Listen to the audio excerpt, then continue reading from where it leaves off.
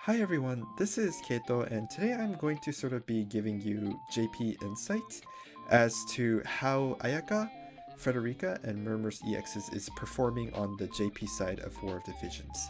This won't be a detailed analysis of the characters.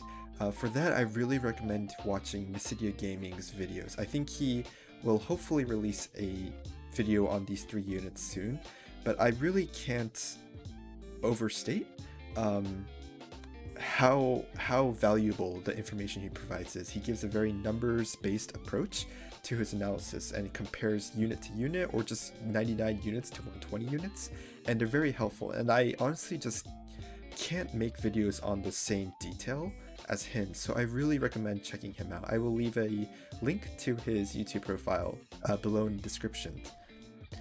So basically, the goal of my video is to just sort of show you, give you some foresight as to, do I want to EX these units in terms of how much play they see in Japan. So without further ado, let's move on. Okay, so I've mentioned this before in my previous JP Foresight video, but the way that I rate these characters are I go from anybody to devotees. And that's sort of based off of the game titles. Anybody meaning basically anybody would want to EX this unit, and devotees meaning only those who have really developed a liking to that unit should really EX these units. So let's start with Ayaka, and unfortunately I'm going to have to give a devotees designation for Ayaka. The problem with Ayaka is her EX really revolves around her healing.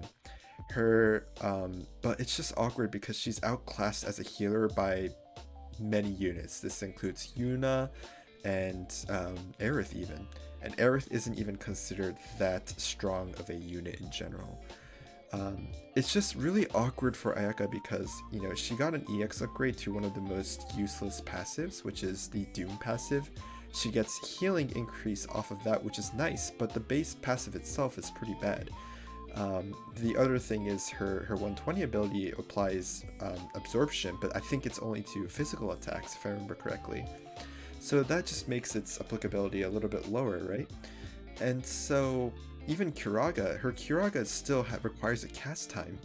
So it's not like she's dependable in terms of like quick healing, besides from her LB. So overall, I think her EX really missed the mark.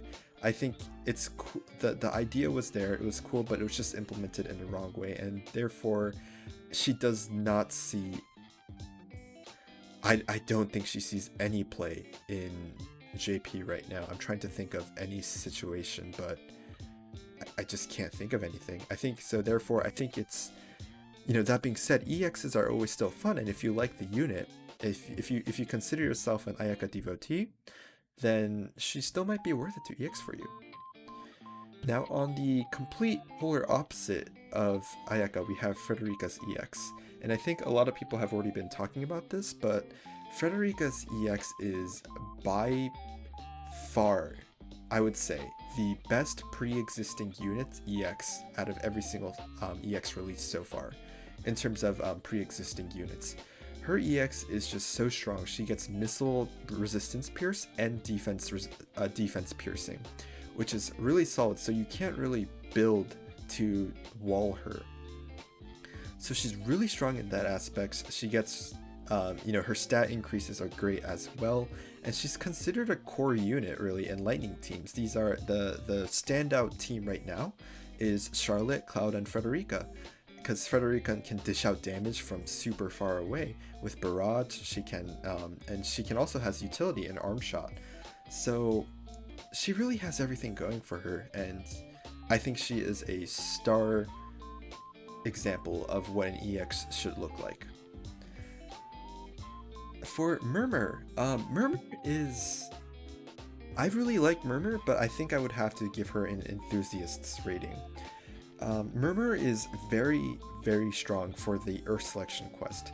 I think that if you are going to EX units, you might want to start with Murmur, assuming you already have Mont EX, but aside from maybe Durando, I think she is probably the second best unit to EX for the Earth Selection quest. She's really fun because she has abilities They're very utility based. She can debuff her opponents, and she can both in terms of attack and magic as well as earth resistance. So in an earth composition, she's really fun to use.